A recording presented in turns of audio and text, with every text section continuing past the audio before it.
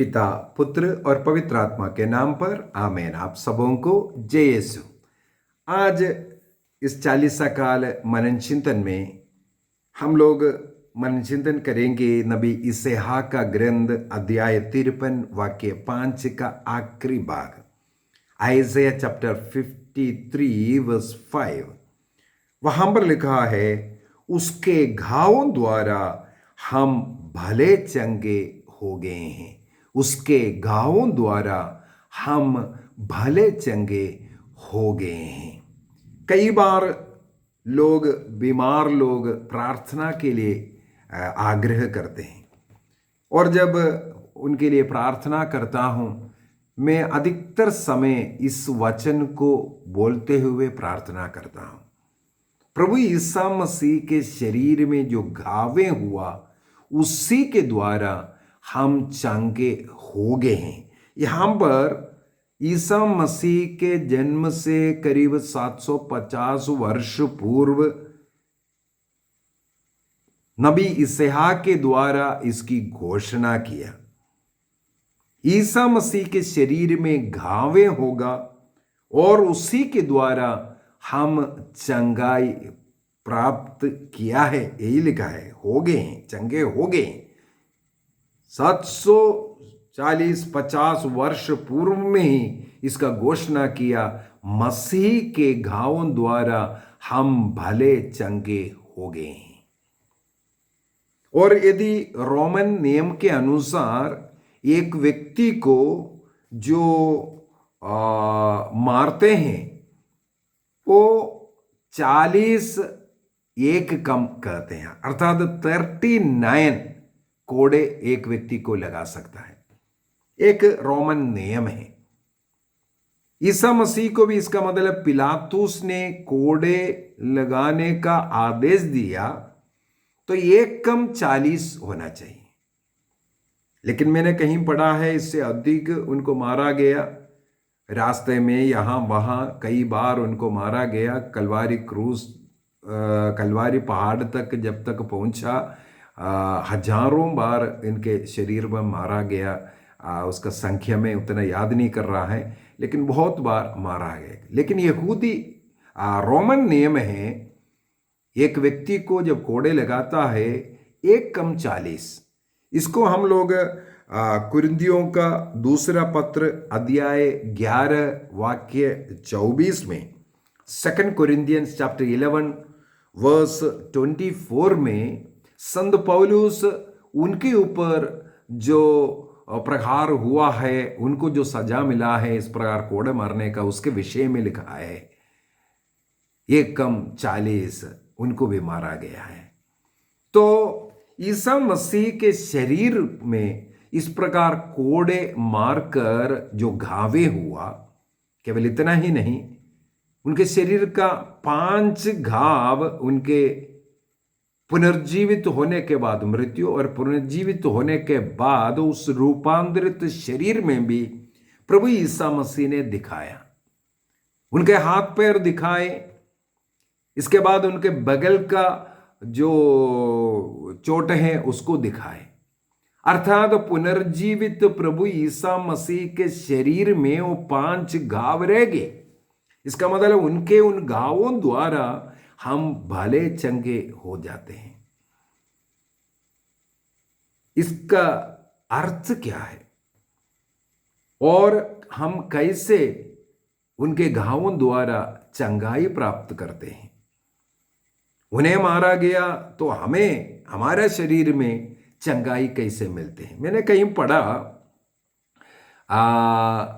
विशेष रूप से जो मेजर डिसीज है, वो जो बड़े बड़े जो बीमारियां हैं, वो 39 से बोलते हैं, 39 ऐसे बीमारियां हैं करके कहते हैं, 39 बीमारियां। और ईसा मसीह के शरीर का वो जो कोड़े मारना एक कम 40 39, वो उन बीमारियों को चंगा करने के लिए था करके कहते हैं। हो सकता है उस जमाने में 39 ऐसे बड़े बड़े बीमारियां रहा होगा, लेकिन आजकल नए नए बीमारियां, एड्स हो गया, आजकल कोरोना हो गया, ऐसे ऐसे बीमारियां, अनेकों बीमारियां हैं जो ला इलाज, जो बीमारियां हैं उसका कोई इलाज नहीं था और मेजर डिजीज कहते थे वो, ऐसा 39 बीमारियां। तो ईसा मसीह के शरीर में जो घाव हुआ और उनको जो मारा गया, उसमें उन्होंने जो कष्ट झेलना पड़ा, उनके शरीर में जो दर्द सहना पड़ा, उसके द्वारा हमें हमारे शरीर में चंगाई क्यों मिलता है, उसके लिए हमें थोड़ा सा और मनन चिंतन करने की जरूरत है।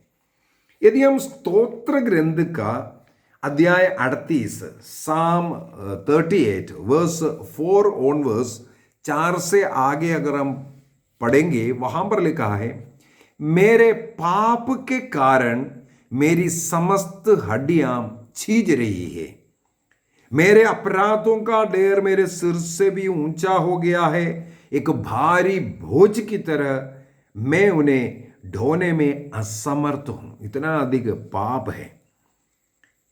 मेरी मूर्खता के कारण मेरे घावों में पीव पड़ गया, मेरे मूर्खता, मेरे पाप, इसके कारण मेरे घावों में पीव पड़ गया और उससे दुर्गंध आते हैं। अगला वाक्य 7 में लिखा है, मैं झुक गया हूं, दुर्बल हो गया हूं, उदास हो गया हूं हृदय मन से। वाक्य 8 में लिखा है, मेरे कमर में जलन है, मेरा शरीर पूरा अस्वस्थ है। इसके बाद वाक्य 11 में जाते हैं, वहां पर लिखा हुआ है, मेरा हृदय धड़कता है, अर्थात हृदय पीड़ा। और आगे लिखा है, मेरी आंखों की ज्योति भी बुझ गई है, आंख की बीमारियां।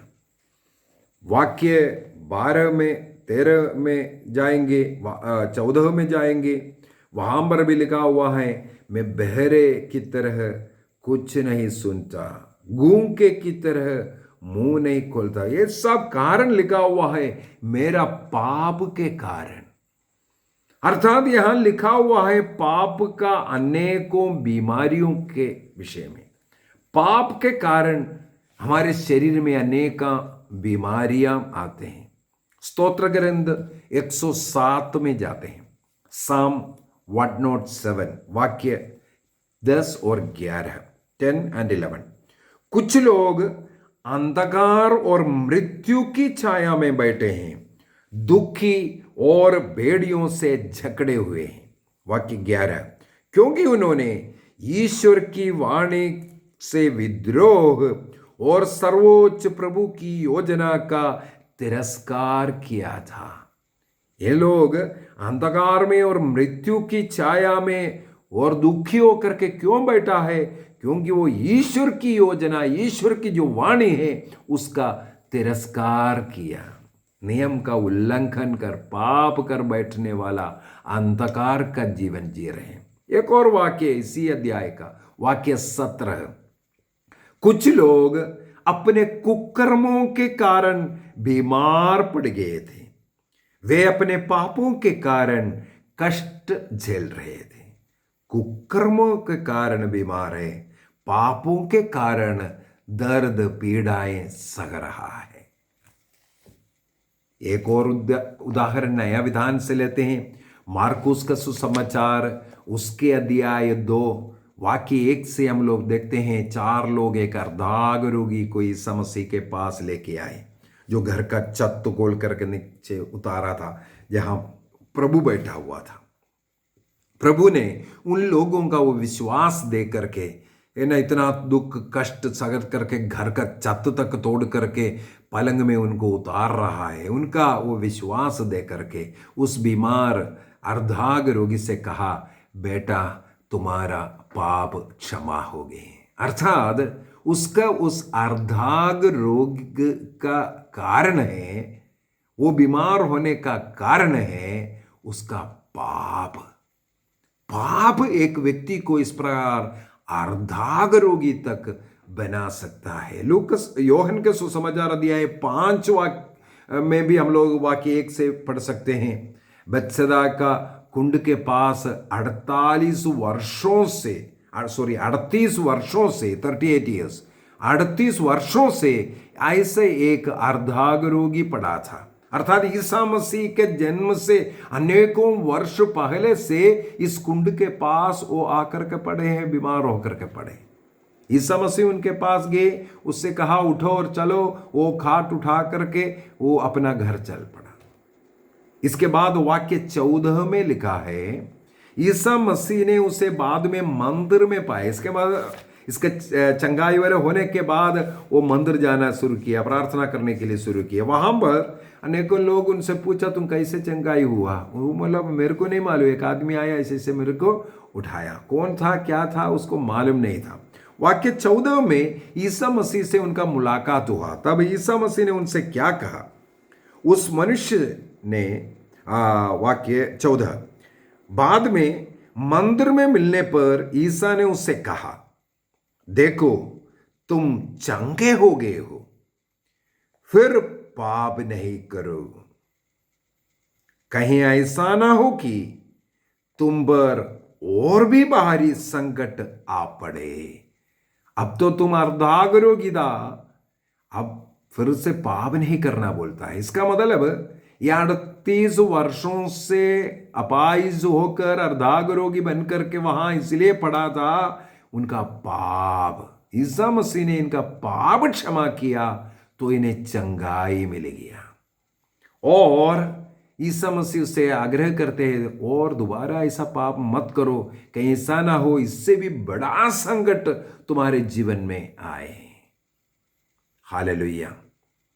इसका मतलब है हमारे नाना प्रकार के पीड़ा दर्द का एक मुख्य कारण है पाप। हम लोग बोलते हैं हम लोगों ने कौन सा गलती किया?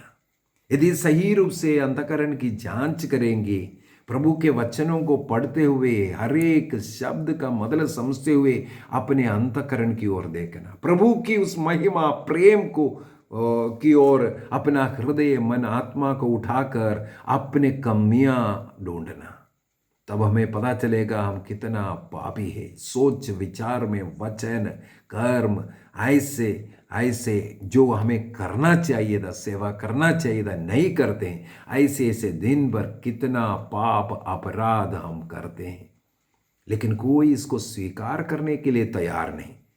बाइबल कहते हैं इसीलिए तुम बीमार पड़ते हो। मैं ये नहीं कहता सारे बीमारियों का कारण पाप है। कहीं कहीं जैसे यूहन्ना के सुसमाचार अध्याय 9 में एक जन्मांत के विषय में लिखा, सवाल किया गया क्यों जन्म से अंत है? इसने कौन सा गलती किया? क्या इसने किया या इसका माता पिता ने किया? वहां पर ईसा मसीह ने कहा ये जब सब सारे बीमारियां पाप के कारण माता पिता का या पूर्वजों का पाप, ये बोल करके घूमना नहीं। कहीं कहीं प्रभु की महिमा को प्रकट करने के लिए ऐसा घटना होता है। लाजर मर गया, प्रभु ने अपना महिमा प्रकट करने के लिए मरने दिया, अन्यथा वो व्यक्ति नहीं मरना था। वो भी 4 दिन कब्र में रखना, इसके बाद बाहर निकाल करके ईश्वर की महिमा शक्ति को प्रभु ने प्रकट किया। तो कई बार प्रभु की महिमा, प्रभु की कृपा, और हम लोग इसके द्वारा प्रभु से जुड़े रहें, प्रभु से अलग ना हो। कुछ बीमारी हो गया तुरंत प्रार्थना मांगेंगे, अन्यथा कोई पूछेगा भी नहीं प्रार्थना करने के लिए, जब तक बीमार नहीं होगा हम नहीं। तो कभी कई बार इस कारण भी हो सकता है, लेकिन हमें अगर बीमार हो रहा है, कष्ट हो रहा है, बार बार जिंदगी में परिवार में ऐसे ऐसा मुसीबत है, हमें बैठकर मनन चिंतन करना है। मैं और मेरा परिवार किस प्रकार का पाप करते रहता हूँ, किस प्रकार का जीवन जी रहा है। हमें एक अच्छा पाप स्वीकार करना है। ये 40 काल खत्म हो रहा है, अभी पवित्र सप्ताह शुरू हो गया। इस पवित्र सप्ताह के अंदर, पुण्य सप्ताह के अंदर हमें एक अच्छा पाप स्वीकार करना है और पुराने सारे पापों को एक कागज में लिख दीजिए बैठकर, सोच सोच करके। और ये जो पारिवारिक प्रार्थना एवं धर्म शिक्षा ग्रंथ के अंदर अपने अंतःकरण की जांच करके अच्छा पाप स्वीकार करने के लिए मेरे हाल में 400-500 ऐसे पाप के विषय में लिखा हुआ मिलेगा। हर नियम के लिए अनेकों 15-20 उससे जुड़ा हुआ पाप, इस प्रकार जो लिखा हुआ उसको पढ़ करके अपने अंतःकरण की जांच कीजिए और एक अच्छा पाप स्वीकार कीजिए, निर्णय कीजिए। तो ईसा मसीह अपने शरीर में इसलिए घाव होने दिया, चोटिल होने दिया, क्योंकि मैंने जो पाप किया उसका प्रायश्चित करना था। ईसा मसीह के शरीर में हमारे पापों का प्रायश्चित वो सहन करते हुए चोटिल होकर के उसका प्रायश्चित किया। उस घाव के द्वारा मेरा शरीर का जो बीमारी है, जो दर्द है, जो पाप के कारण है, वो ठीक होता है, क्योंकि प्रभु ने मेरे उन पापों का प्रायश्चित किया। इसलिए प्रभु के उन घावों द्वारा मुझे चंगाई मिलता है। इसलिए हम जब कभी प्रार्थना चंगाई के लिए करते हैं, सबसे जरूरी है एक अच्छा पाप स्वीकार कीजिए, अपने पापों के लिए पश्चाताप कीजिए। इसके बाद प्रभु के उस पावनतम उस घाव में हमारे बीमारी को समर्पित करते हुए प्रार्थना करें, जरूर चंगाई मिलेगा। अपने गुनाहों को स्वीकार करना, उसको नफरत करते हुए त्यागना, हमेशा के लिए एक पवित्र जीवन जीने का निर्णय करना। इसके बाद इस इतिहास का ग्रंथ अध्याय 53 वाक्य 5 के द्वारा प्रार्थना करो, आपको पूर्ण चंगाई मिलेगा। आंखों को बंद कीजिए, निर्णय कीजिए, अपने पापों को स्वीकार करते हुए प्रभु से गिड़गिड़ाइए और प्रभु ईसा मसीह ने मेरे पापों का प्रायश्चित अपने शरीर में दर्द, कष्ट, चोट होने दिया और उसको सहन करते हुए प्रायश्चित प्रभु ने किया। उनके उस प्रायश्चित बलि के कारण मुझे आज चंगाई मिल सकता है। इसलिए प्रभु के उन घावों पर अपने उन दर्द, परेशानी जो कुछ है उसको समर्पित कीजिए। आपके शरीर में घुटनों में दर्द है, कमर में दर्द है, आपका किडनी कार्य नहीं कर रहा है, समर्पित कीजिए।